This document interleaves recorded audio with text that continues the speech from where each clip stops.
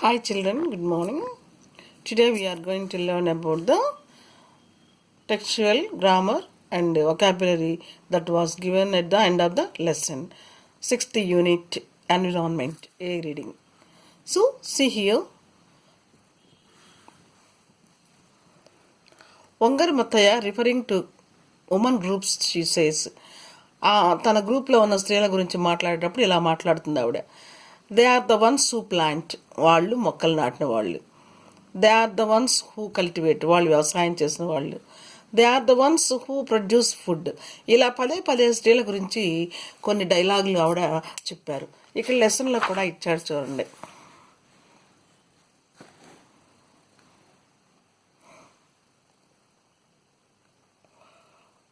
I see a lot of hope in what is happening in Somalia, what is happening in Sudan, what is happening in West Africa. I see a lot of African leaders encouraging each other to engage in dialogue. So ఇక్కడ చూడండి నొక్కి నొక్కి చెప్తుంది అనమాట. ఆఫ్రికాలో సుస్థిరమైన ప్రశాంతత, తర్వాత వనరుల యొక్క అభివృద్ధి ఈ స్త్రీల ద్వారానే సాధించగలిగాము అనేది చెప్పడం కోసం ఆవిడ తన డైలాగుల్ని నొక్కి నొక్కి చెప్పారు. ఇక్కడ ఇచ్చారు చూడండి. Pick out from the text of her interview such reputations అన్నారు. మనం ఇప్పుడు తీసుకుని చూపించాం చూడాను అవి. And write down and find out what she is emphasising in each context. అంటే ఏంటి, ప్రతి ఒక్కటి ఎంతో జాగ్రత్తగా పరిశీలించి ఎంతో జాగ్రత్తగా ముందుకు అడిగేసి పర్యావరణ యొక్క విప్లవాన్ని, గ్రీన్ బెల్ట్ మూమెంట్ని వాళ్ళు విజయవంతం చేశారు. నమ్మకం వాళ్ళు చేసే ప్రతి పని పట్ల కూడా ఆఫ్రికన్ స్త్రీల పట్ల, వాళ్ళ గ్రూప్లో ఉన్నటువంటి వర్క్ పట్ల వాళ్ళకి నమ్మకం. ఇక్కడ కూడా ఇచ్చారు చూడండి. When we plant a tree we plant hope. We plant the future for themselves, for our children, for the birds. We plant something that will last long after we have gone. మనం లేకపోయినప్పటికీ కూడా భావితరాలు అనుభవించేట్టుగా ఆశని తన dialogues ద్వారా నొక్కి నొక్కి చెప్తుంది ఆవిడ. అంటే ఏంటి, అంతగా పర్యావరణంలో ఆఫ్రికన్ స్త్రీలతోటి మార్పు తీసుకురాబడింది అని చెప్పడం ఆమె యొక్క ముఖ్య ఉద్దేశం. Next, pick out the correct choice in each of the following. ఇక్కడ మీకు ఒక పదం యొక్క అర్థాన్ని ఏ బి చాయిస్లో ఇచ్చాడు, ఏది కరెక్ట్గా కాంటెక్స్ట్కి అనుగుణంగా సరిపడుతుందో చూద్దాం. We have allowed some people, especially those in power, శక్తి అంటే ఎవరైతే ఆర్థికంగా కానీ ఏ విధంగా కానీ బలవంతులో శక్తిమంతులో వాళ్ళు ఎక్కువ తీసుకున్నారు పర్యావరణ సోర్సెస్ని. To acquire a lot at the expense of the majority. To acquire a lot at the expense of majority అనేటువంటి ఫ్రేజ్కి ఇక్కడ ఏ అర్థం వస్తుందో చూడండి సందర్భానుగుణంగా. With the loss or damage to the majority by spending money on the majority. ఏ వస్తుంది అంటే ఏంటి, ఎక్కువ వనరులు బలవంతులు తీసుకోవటం వలన పర్యావరణంలో ఈక్వాలిటీ పోయి ఏర్పడింది, పర్యావరణ డిగ్రేడేషన్ ఏర్పడింది అనమాట. అందుకని ఆన్సర్ ఏంటి, with loss or damage to the majority అని రాయాలి. Next, what is the implication of the growth of exotic trees. మరి ఇతర జాతి మొక్కలు, ప్రాంతీయంగాని మొక్కల్ని పెంచడం వలన ఉద్దేశం ఏంటి. Such as the pines and the eucalyptus for the environment. మరి అక్కడ ఎన్విరాన్మెంట్లో యూకలిప్టస్ పైన మొక్కలు పెంచడానికి పరిస్థితి ఏంటి. ఇట్ ఇంక్రీజెస్ టింబర్ బిజినెస్, కలప వ్యాపారాన్ని అభివృద్ధి చేస్తుంది. లేదా forest are not able to contain water, నీళ్ళు లేక పెంచారా, ఎందుకు పెంచారా అక్కడ. So timber business A correct. ఫ్రేజెస్లో ఏది కరెక్ట్ చూసుకోవాలి, మీనింగ్స్ అక్కడ ఇచ్చిన వాటిల్లో. When women started working with Mathai they learn dash to become very competent forest, to grow and transplant seedlings. వాళ్ళు ఇది నేర్చుకున్నారు ఆల్రెడీ, కానీ కాంపిటెంట్ ఫారెస్ట్ తయారయ్యారు, పోటీ పడ్డారు అనమాట. మొక్కల ఉత్పాదనలో, పెద్ద పెద్ద చెట్లు పెంచే విధానంలో పోటీ పడ్డారు. So A is correct. Next, Maathai's effects will inspire the people. Maathai చేసినటువంటి పనులు ప్రజల్ని ఎలా ప్రభావం పడింది. To stop wasting their resources, to use their resources miserly. పిసినారుగా వాడుకోవడం నేర్పిందా, లేకపోతే వేస్ట్గా వాడుకోకూడదని నేర్పిందా. వేస్ట్గా వాడుకోకూడదని నేర్పింది. To stop wasting their resources. So ఇక్కడ ఆన్సర్స్ మళ్ళీ చూడండి అమ్మా. With the loss of damage to the majority. రెండో దానికి answer it increases timber business. మూడో దానికి answer to become very competent foresters. Next నాలుగు answer to stop wasting their resources. Correct ఫ్రేజెస్ని అర్థవంతంగా పెట్టాం మనం. నెక్స్ట్ నా we come to vocabulary. Children మనం 6వ క్లాస్ నుంచి 10 దాకా నేర్చుకుంటున్నాం. వొకాబులరీ అంటే ఏమొస్తాయి? సినోనిమ్స్ వస్తాయి, యాంటోనిమ్స్ వస్తాయి, మరి అదేంటి రైట్ ఫార్మ్స్ వస్తాయి, మ్యాచింగ్స్, ఇలా రకరకాలుగా వొకాబులరీలు ఇస్తారు. ఇక్కడ మనకు వొకాబులరీలు ఏమి ఇచ్చారంటే ఒక పదం ఇచ్చి దానికి సినోనిమ్ అన్నమాట. అదే మీనింగ్, సేమ్ మీనింగ్ వచ్చేటువంటి పదాలని ఆ ఇచ్చిన పదాన్ని రీప్లేస్ చేస్తూ అర్థం చెడకుండా వాక్యానికి కొత్త పదం రాయాలి. So replace the underlined words in the following sentences with the words from the box that have the same meaning. బాక్స్లో ఇచ్చినటువంటి వాటికి ఇక్కడ బాక్స్లో కొన్ని పదాలు ఇచ్చాడు, కింద కొన్ని వాక్యాలు ఇచ్చారు. ఆ వాక్యాల్లో కొన్ని ఫ్రేజెస్కి అర్థం చెడకుండా మళ్ళీ కొత్త పదాన్ని రాయాలి. సినోనిమ్ అదే అర్థం వచ్చేట్టుగా రాయాలి. ఓకే, చూద్దాం. The government is trying to bring back normally in the riot hit areas of the city. అంటే తిరుగుబడినటువంటి పట్టణ ప్రాంతాలన్నింటినీ మళ్ళీ మామూలు తీసుకురావాలి అనుకున్నారు గవర్నమెంట్ వాళ్ళు. సో ఇక్కడ పదాలు ఏమి ఉపయోగిద్దాం మనం? ట్రాన్స్ప్లాంట్ ఉపయోగిద్దాం, రిజిస్ట్రేషన్ ఉపయోగిద్దాం, ఎగ్జోటికా, నెగోషియేషన్, రెస్టోరా. ముందు అర్థాలు తెలుసుకోండి. ట్రాన్స్ప్లాంటెడ్ అంటే ఏంటి? మార్పు. వెజిటేషన్ అంటే ఏంటి? మంచిగా పండించడం మొక్కల్ని. ఎగ్జోటిక్ అంటే బాహ్య కారకాలు, అంటే ఇతర జాతి మొక్క, ప్రాంతీయంగాని మొక్కలు. నెగోషియేషన్ అంటే ఏంటమ్మా? ఇక్కడ మనకి నెగోషియేషన్ అంటే అభివృద్ధిక పరిస్థితి. రెస్టోర్ అంటే నిల్వ ఉంచటం. ఈక్వల్ రైట్స్ అంటే ఏంటి? సమాన హక్కులు. సస్టైన్ అంటే కూడా కాపాడుకోవటం, పరిరక్షణ. డిగ్రేడ్స్ అంటే తగ్గిపోవటం. ఈక్విటబిలిటీ అంటే సమానంగా. రీహాబిలేషన్ అంటే ఏంటి? తిరిగి మళ్ళీ పునఃస్థాపన చేసుకోవటాన్ని ఏమంటారు? రీహాబిలిటేషన్ అని అంటారు. The government is trying to bring back అంటే ఇప్పుడు అర్థం ఏంటి చెప్పండి అమ్మా? అంటే ఏంటి? నిలబెట్టుకోవాలి అనుకుంటుంది ఇంతకుముందు పరిస్థితుల్ని. ఏమన్నా మనం? రెస్టోర్. ఏం ఉపయోగించాలి? Restore. Vangara Mattayya fought for the same privileges for men and women in Africa. Privileges సౌకర్యాలు, అవకాశాలు కావచ్చు, అన్నీ అనమాట. సో సేమ్ ప్రివిలేజెస్కి ఇంకో అర్థం స్త్రీకి కానీ పురుషుని కానీ ఒకే రకమైన విధానాలు. సో ఇక్కడ ఏం రాయాలి చెప్పండి? సమాన హక్కులు, ఈక్వల్ రైట్స్. చూడండి, equal rights. I can't hold my attention on any subject for a long time. A subject నాకు ఎక్కువసేపు గుర్తుండదు. గుర్తుంచుకోవడానికి అంటే సుస్థిరంగా ఉండిపోవడం మైండ్లో. సో దాన్ని ఏమంటాం మనం ఇక్కడ? సస్టైన్. వచ్చిందని చూడండి ఇక్కడ మనకి సస్టైన్. సో సస్టైన్ రాసాం మనం. The poster is offensive and disrespects women. Disrespect అంటే అవమానపరచడం, అగౌరవపరచడం అంటారు. ఇక్కడ ఏం రాయాలి? అగౌరవపరచడాన్ని డిగ్రేడ్స్. ఏం రాయాలి ఇక్కడ మనం? Degrades. Some people argue that the wealth in the world should be distributed fairly and reasonably among all. కొంతమంది మనుషులు అలా వాదిస్తున్నారు. ఏదైనా సరే ధనాన్ని ఎలా పంచాలి? చక్కగా, సుస్పష్టంగా, రీజనబుల్లీ అంటే కారణాల పరంగా కారణం ఉండాలి పంచిన దానికి, అంటే సమానంగా పంచాలి అని అర్థం. మరి ఏం రాయాలి ఇక్కడ మనం? ఈక్విటబుల్లీ రాయాలి. ఏం రాయాలి? ఈక్విటబుల్, సమానంగా పంచాలి. Next, after certain amount of growth the seedlings have to be taken out and shifted elsewhere for further growth. మార్చడాన్ని ఏమని చెప్పుకునేందాక మనం? Transplanted. Next, she travels to all kinds of exciting. చాలా బయట ప్రాంతాలన్నీ చూస్తుంది ఆవిడ. Locations all over the world. దానికి ఏమనాలి? బాహ్య ప్రదేశాలు అంటే exotic. Next, the Tirumala hills are covered by lush green plants. చక్కటి పచ్చదనంతో నిండిపోయిన మొక్కలతో ఉంటుంది తిరుమల కొండ. సో ఏం చేయాలి? నేను చెప్పాను పచ్చదనానికి vegetation. Next, the judge advise the disputing parties to settle through discussion. ఒకళ్ళొకళ్ళు రాజీ పడమన్నారు. నెగోషియేషన్ అంటే ఏంటి? రాజీ, ఒప్పందం చేసుకోండి అని చెప్పాడు జడ్జి. ఎవరెవరైతే వాదనకు వచ్చారో వాది ప్రతివాదుల్ని ఒప్పందం ప్రకారం ఒక అంగీకారం రమ్మన్నాడు. Negotiation. The alcohol addict has to be put in a recovery centre. మరి తాగుబోతుల్ని వాళ్ళు తాగడం తగ్గించడానికి రికవరీ సెంటర్స్ ఉంటాయి కదా. యాడిక్ట్ అంటే బానిస తాగుడికి.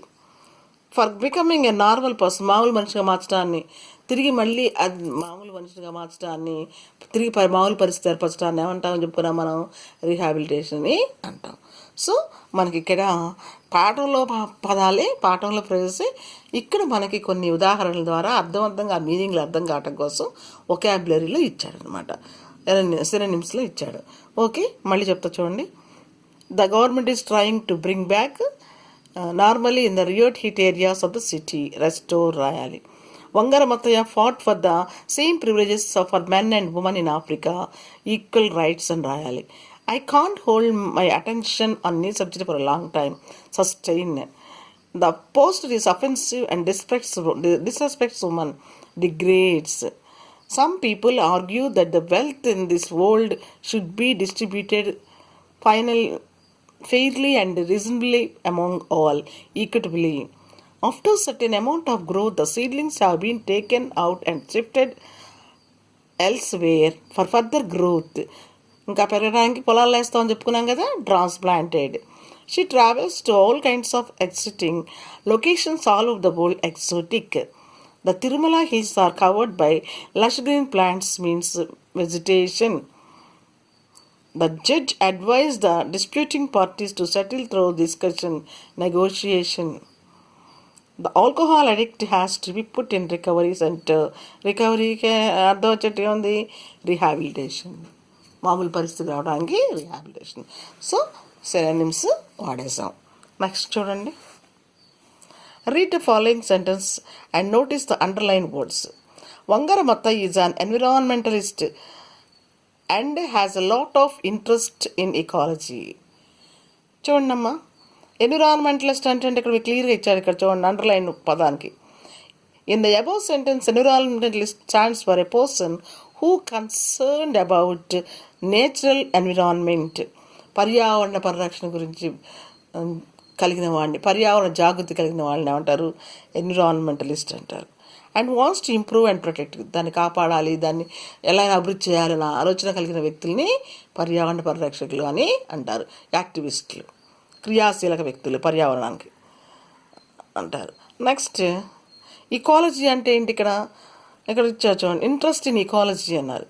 Ecology stand for the study of relation of animals and plants to their surrounding.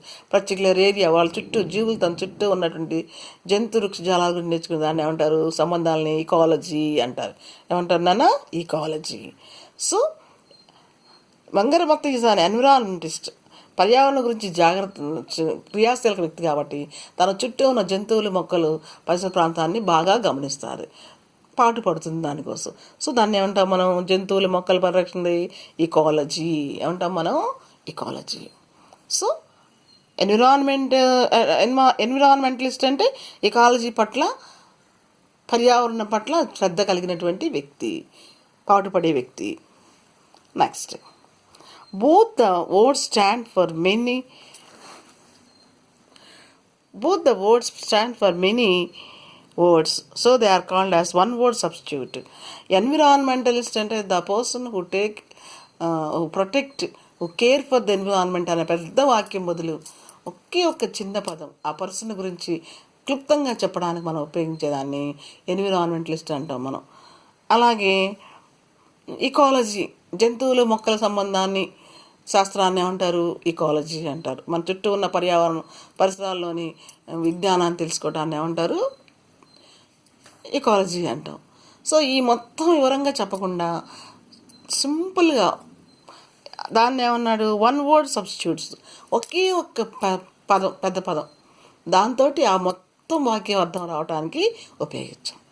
మళ్ళీ చూసుకోండి, ఇక్కడ ఎన్విరాన్మెంటలిస్ట్ అని చక్కటి మీనింగ్ ఇచ్చాడు. ఏమన్నాడు?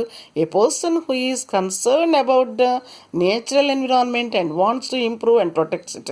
ఇంత బారు వాక్యానికి సంక్షిప్తమైనటువంటి పదం, ఒకే ఒక పదం క్లుప్తంగా చెప్పేది ఎన్విరాన్మెంటలిస్ట్. అంటే ఇంత పెద్ద వాక్యం అర్థం ఇస్తుంది. ఈ పెద్ద వాక్యం రాసే బదులు ఈ ఒక్క పదం రాస్తే మనకు మొత్తం అర్థమవుతుంది దాంట్లోనే. దాన్ని ఏమన్నా మనం వన్ వర్డ్ సబ్స్టిట్యూట్, ఆ లైన్ మొత్తాన్ని ఒకే ఒక పదములో, సరి అయిన పదములు, పడికట్టు పదములు చెప్పగలగటం అనమాట వన్ వర్డ్ సబ్స్టిట్యూట్ అంటే. మనం చెప్పుకున్నాం కదా వన్ వర్డ్ సబ్స్టిట్యూట్స్ వొకాబులరీలో ఉంటాయని. అంతది ఈకాలజీ. ఈకాలజీ అంటే ఏంటి? ఇక్కడ ఇచ్చారు. Stands for the study of relation of animals and plants in to their sir. మన చుట్టూ ఉన్నటువంటి జంతు మొక్కల సంబంధాన్ని తెలియజేసేదాన్ని ఏమంటాం? ఈకాలజీ. ఇంత బారు చెప్పకుండా బార్ లైన్ని ఈకాలజీ అనగానే అర్థమవుతుంది మనకి. సరౌండింగ్లో ప్లాంట్స్, యానిమల్ రిలేషన్ మనకున్నది. ఓకే నాన్న. అంటే ఏంటి? పెద్ద పెద్ద వాక్యాలు క్లుప్తంగా చాలా జాగ్రత్తగా వన్ వర్డ్ సబ్స్టిట్యూట్ తోటే ఆ వాక్యం మొత్తం అర్థాన్ని ఎక్స్ప్రెస్ చేయవచ్చు. ఇలాంటి మనం రెగ్యులర్గా వాడుతూనే ఉంటాం. చూడండి, what are the following persons called అన్నాడు. ఈ క్రింద వ్యక్తుల్ని ఏమని పిలుస్తాం? 6 వాక్యం ఇచ్చారు. ఆ వ్యక్తి గురించి చేసే పని, దేని బట్టలు శ్రద్ధ కలిగి ఉంటాడు, ఏం చేశాడని. ఒకే ఒక పదంలో వన్ వర్డ్ సబ్స్టిట్యూట్ చెప్పాలి మనం. వన్ వర్డ్ సబ్స్టిట్యూట్ మీకు ఆల్రెడీ అర్థమై ఉంటుంది.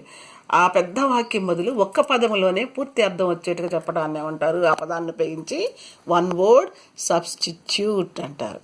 చూడండి, a person who studies the human race, మానవ జాతి గురించి, ఎస్పెషల్లీ ఆఫ్ ఇట్స్ ఆరిజిన్, వాటి పుట్టుక గురించి చెప్పేటువంటి వ్యక్తిని ఏమంటారు అన్నారు. ఈ మొత్తం వాక్యానికి బదులు ఇక్కడ ఒకే ఒక పదం ఉపయోగించు, యాంథ్రోపాలజిస్ట్ అంటారు. యాంథ్రోపాలజిస్ట్ అంటే మానవుల గురించి అధ్యయనం చేసేవాళ్ళు, ఎస్పెషల్లీ వాళ్ళ పుట్టుక గురించి అధ్యయనం చేసే వ్యక్తులను ఏమంటారు? యాంథ్రోపాలజిస్ట్ అంటారు. సో ఇక్కడున్న ఈ పర్సన్ చేసే మొత్తం పని కలిసి ఆ పర్సన్ ఏమని పిలవచ్చు మనం?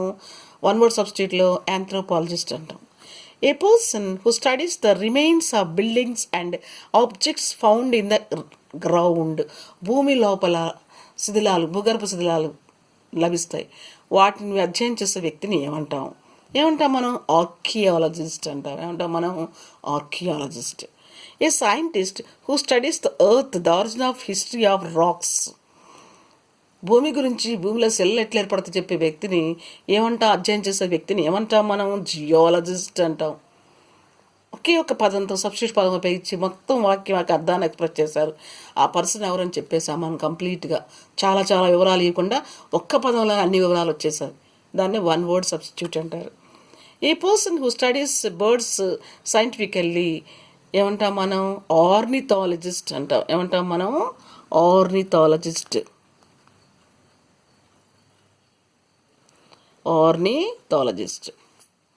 నెక్స్ట్, పక్షుల గురించి అధ్యయనం చేసే శాస్త్రవేత్త ఏమంటాం మనం? ఆర్నిథాలజిస్ట్ అంటాం. A scientist who studies physics, physicist. A doctor who studies and treats heart diseases, cardiologist. A person who believes in solving human problems with the help of reasons, rationalist. A scientist who study animals and their behavior, zoologist. జంతువుల గురించి అధ్యయనం చేసే శాస్త్రవేత్త. A scientist who studies the mind of a person, psychologist. మనస్తత్వ శాస్త్రవేత్త. A person who solves problems in a practical and sensible way, pragmatist. ప్రయోగపూర్వకంగా సమస్యలు పరిశీలించేవాడు, pragmatist. A person whose job is take care of people teeth, దంత సంరక్షణ చేసే వ్యక్తిని ఏమంటారు? dentist. A person who studies languages, linguist. So I will repeat again, please see. A person who studies the human race, especially of its origin, anthropologist. A person who studies the remains of buildings and objects found in the ground, archaeologist. A scientist who studies the earth, the origin of history of rocks, geologist. A person who studies the birds scientifically, ornithologist. A scientist who studies physics, physicist. A doctor who studies and treats, cardiologist. A person who believes in solving human problems with the help of the reason, rationalist. A scientist who study animals and their behavior, zoologist. A scientist who studies the mind of person, psychologist. A person who solves the problem in practical and sensible way, సున్నితంగా deal చేస్తారు, ప్రాగ్మటిస్ట్. A person whose job to take care of people's teeth, dentist. A person who studies languages, linguist. Okay, children, come. Third, filling the blanks with appropriate form of the underlined words. ఒక పదం ఇస్తే దానికి forms ఉంటాయి కదమ్మా. Any form consist of generally noun form, adjective form, adverbial form, verbal form. So మన ఆ forms రాయాలి. సఫిక్స్లు ఎక్కువ ఏమో చేర్చబడతాయి, వీటిలో సఫిక్స్లు చేర్చబడతాయి, అరుదుగా ప్రిఫిక్స్లు కూడా చేర్చబడతాయి. చూడండి, it is everyone's duty to keep environ clean. పర్యావరణము, ఎన్విరాన్స్, పర్యావరణాలు, ఎన్విరాన్స్ అన్నాడు. With cooperation of the citizens and government can protect the environment. వివిధ రకాల పర్యావరణాలు ప్రజలతోటి, గవర్నమెంట్ తోటి కాపాడబడితే పర్యావరణం కాపాడబడుతుంది అని చెప్తున్నాడు, ఎన్విరాన్మెంట్. సో ఎన్విరాన్స్కి రైట్ ఫామ్ ఏంటమ్మా? Environment. The government of the day should show its capability by providing good to people. Government మంచి పరిపాలన చూపించాలి. దాన్ని ఏమంటారు? Governance. Wangari Maathai was successful in transforming women of Africa. Africa స్త్రీలను మార్చివేసింది పర్యావరణ పరిరక్షణలో. And dash made her happy. Transformation, మార్పు. We must restore our environment. కాపాడుకోవాలి ఉన్నాయి. And always try to ensure its restoration. ఎప్పుడు కూడా పనులను కాపాడుకుని పరిరక్షించుకునే పనిలో ఉండాలి. రెస్టోర్కి ఫామ్ ఏంటి? Right form restoration. Natural sources in this world can be sustained if only there is sustainable management. సస్టైన్డ్కి రైట్ ఫామ్ ఏంటి? సస్టైనబుల్. అభివృద్ధి. సుస్థిరాభివృద్ధి ఎప్పుడు సాధిస్తాం? పర్యవేక్షణ సుస్థిరంగా ఉంటే. Wangari Maathai is an environmental activist. Environment యాక్టివిస్ట్కి రైట్ ఫామ్ ఏంటి? Activities. Her activities led to win Nobel prize. ఆమె క్రియాశీలతే ఆమెకు నోబెల్ ప్రైజ్ ఇచ్చింది. We are trying to respond to the basic needs of the people in the rural area. పల్లెటూరుల వాళ్ళ యొక్క కనీస అవసరాల కోసం పోరాడుతున్నారు. ఎవరు? వంగర మత్తయ్య గ్రీన్ బెల్ట్ ఉద్యములు. Our dash was well received by them. Response. మా బాధ్యత వాళ్ళు బాగా స్వీకరించారు ప్రజలు. It is developed country. అభివృద్ధి చెందిన దేశం. The dash is balanced. అభివృద్ధి సమతుల్యం చేయబడుతుంది. డెవలప్మెంట్ ఏం ఉపయోగించాలి? డెవలప్మెంట్. ఎక్కువగా మనం కొన్ని తీసేసి ప్రిఫిక్స్లు చేర్చామన్నమాట. ఈడీలు తీసేసి ఎంఈఎన్టీ అట్లా. చూడండి, మళ్ళీ చెప్పుకుందాం. ఇక్కడ ఎన్విరాన్స్కి ఎన్విరాన్మెంట్ వాడామమ్మా. ఇక్కడ గవర్నమెంట్కి గవర్నెన్స్ వాడాం. ఇక్కడ ట్రాన్స్ఫార్మింగ్కి ట్రాన్స్ఫర్మేషన్ వాడాం. ఇక్కడ రెస్టోర్కి రెస్టోరేషన్ వాడాం. ఇక్కడ సస్టైన్డ్కి సస్టైనబుల్ వాడాం. ఇక్కడ యాక్టివిస్ట్కి యాక్టివిటీస్ అని వాడాం. ఇక్కడ రెస్పాండ్కి రెస్పాన్స్ వాడాం. ఇక్కడ డెవలప్డ్కి డెవలప్మెంట్ వాడాం. So forms, word forms change అయినాయి అనమాట. Noun form, adjective form, adverbial forms ఉన్నాయి కదమ్మా. యాడ్వర్బల్ ఫార్మ్స్ కరెక్ట్ ఫామ్ రాయాలి, అక్కడ సూటబుల్ ఫామ్ రాయాలి. ఇవి మీకు చిన్న క్లాసుల నుంచి ఆల్రెడీ వస్తున్నాయే. Next 4th exercise. Tick right the meaning of the word underline as suggested in the context. సందర్భానుగుణంగా ఇవ్వబడిన పదానికి అర్థం రాయమన్నాడు. సందర్భానుగుణంగా. For me my greatest activity is to plant trees said Wangari Maathai. నాకు పెద్ద పని ఏంటంటే మొక్కలు నాటడం. అంటే అర్థం ఏంటి? Greatest activity to plant tree. Plant అంటే అర్థం ఏంటి ఇక్కడ? A living thing with system, roots, బ్రాంచెసా, లేదా put seeds in the ground to grow. విత్తనాలు వేస్తే నేలలో మొలకెత్తడం, దాన్ని ప్లాంట్ అంటారు. B. My uncle wants to build a chemical plant in Hyderabad. Build అన్నాడు కాబట్టి గుర్తుపెట్టుకోండి, ప్రోడక్ట్ కాదు అది, ఫ్యాక్టరీ.